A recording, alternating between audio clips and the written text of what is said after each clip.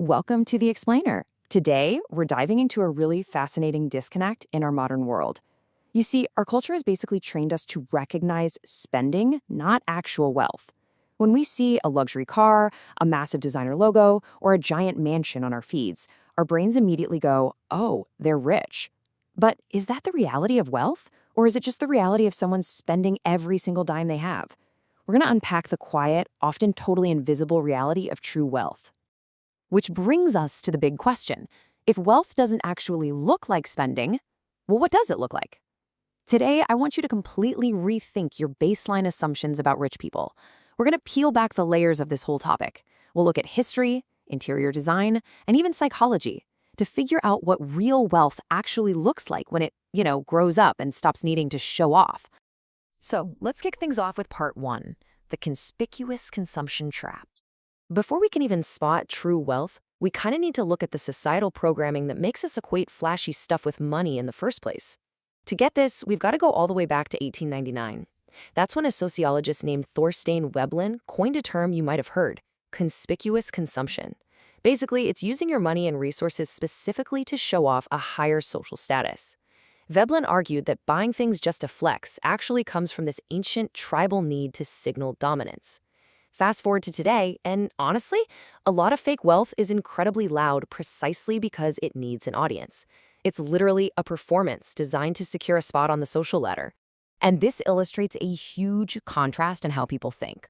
Broke thinking often sounds a bit like, what can I buy to look good? Or how can I look like I'm crushing it? It's almost entirely focused on image. Wealthier thinking, though, it asks, what do I own that produces income? And is this asset actually helping my future? It's a massive shift, right?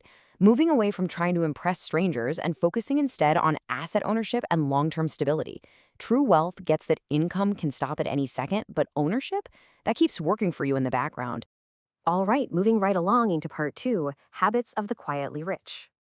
Now that we know about the trap, let's look at how real quiet wealth actually operates day to day. And honestly, if you're looking for viral flashy behavior, you're going to be severely disappointed. The habits of true wealth are incredibly, almost painfully boring. We are talking about automatic investing, steady saving, low drama, long-term thinking, and literally just paying your bills on time. They keep costs down and buy assets that they just leave alone to grow.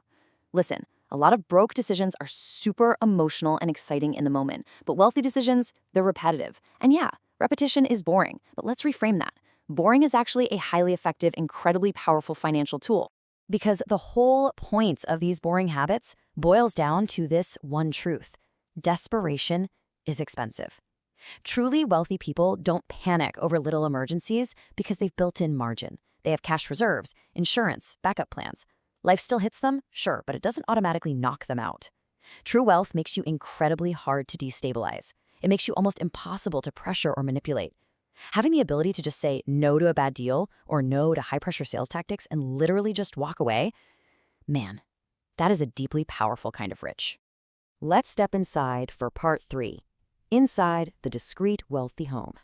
When we step off the street and into the private lives of the ultra-rich, we quickly realize that discretion is the ultimate flex. Think about showy, loud luxury, like an almost $400 box of perfectly uniform branded roses, or a massive $114,000 crystal chandelier that practically screams money. But discreet wealth, it whispers. It's local flowers, maybe bought a few days early so they will just a tiny bit, sitting casually in a vintage Roseville vase. It's a beautifully crafted, nearly $2,000 modernist metal lamp from Luce that just gives off this perfect, honeyed light. Real money talks through quality, through rigor of design, and insider knowledge. It absolutely does not shout with obvious Instagram-ready logos. Now, take the number 220. Any guesses what that's for in this context? It is the cost of a single, discrete light switch made by an English company called Forbes and Lomax. Now, for the average house, a $20 switch from the local hardware store does the exact same job.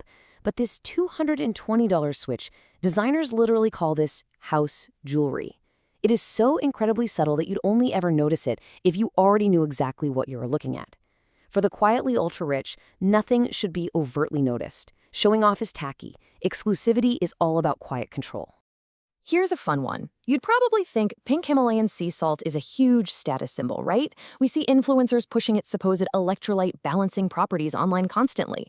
But true discrete status, it's a giant, totally unassuming box of regular kosher salt. Now, why on earth is that a wealth indicator? Because, as insiders know, having a giant box of kosher salt on the counter means there is a highly trained personal chef working in that kitchen. They use kosher salt because it gives them absolute control over the seasoning. It's an everyday, cheap item that subtly reveals an enormous level of luxury and access. Which leads us to part 4, the psychological toll of wealth. Let's peel back the final layer of the onion here to reveal the emotional core of this whole phenomenon. Because honestly, living this way, managing a wealthy identity in a culture that is so obsessed with judging it, takes a massive psychological toll. Psychotherapist Annie Wright redefines this concept of stealth wealth. It's not just about wearing plain, unbranded t-shirts. She calls it an ongoing, situational practice of concealing or selectively disclosing your financial status to manage identity and relational risk. It is a constant, totally draining mental calculation about what you can say, who you can say it to, and under what circumstances. It's not some one-time choice to be humble. It's a daily, exhausting negotiation just to figure out what the person sitting across from you can actually handle. Let me share a quick story from Annie Wright's clinical practice that perfectly illustrates this. Imagine a 10-year-old Honda Civic sitting in a driveway. The owner, let's call her Camille, actually just came into significant wealth after selling her company. But whenever she visits her old college friends, she takes the old Honda. Now, that car isn't just a disguise, it's a symptom. Before Camille even gets in the driver's seat, she spends 2 hours doing exhausting mental gymnastics. She's rehearsing which parts of her week she can safely mention and which parts she absolutely has to hide just to avoid triggering any envy or judgment. The old car really isn't the story here. The agonizing mental preparation she puts herself through before seeing her friends, that's the real story. Let's get into our final section, Part 5, Healthy Privacy versus Avoidant Hiding. This brings us to a really critical distinction for anyone navigating this stuff. We have got to understand the fine line between keeping a healthy financial boundary and falling into a deeply unhealthy psychological trap. There is a massive difference. Protective discretion is completely healthy. This just means withholding a specific number, like your exact net worth or your salary, while keeping your broader honesty and your emotional availability totally intact. Avoidant hiding, on the other hand, is when you start withholding broad categories of your actual lived experience. It's basically replacing your real relationships with a fabricated performance.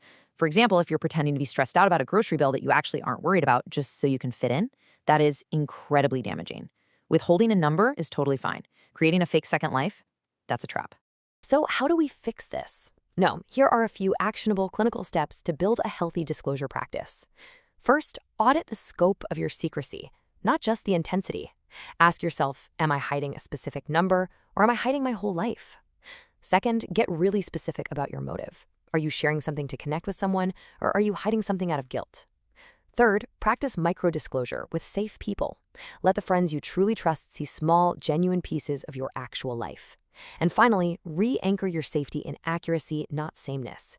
You want friends whose respect for you doesn't magically disappear just because your bank accounts don't perfectly match. And this brings us to a really profound reframe, the both and concept.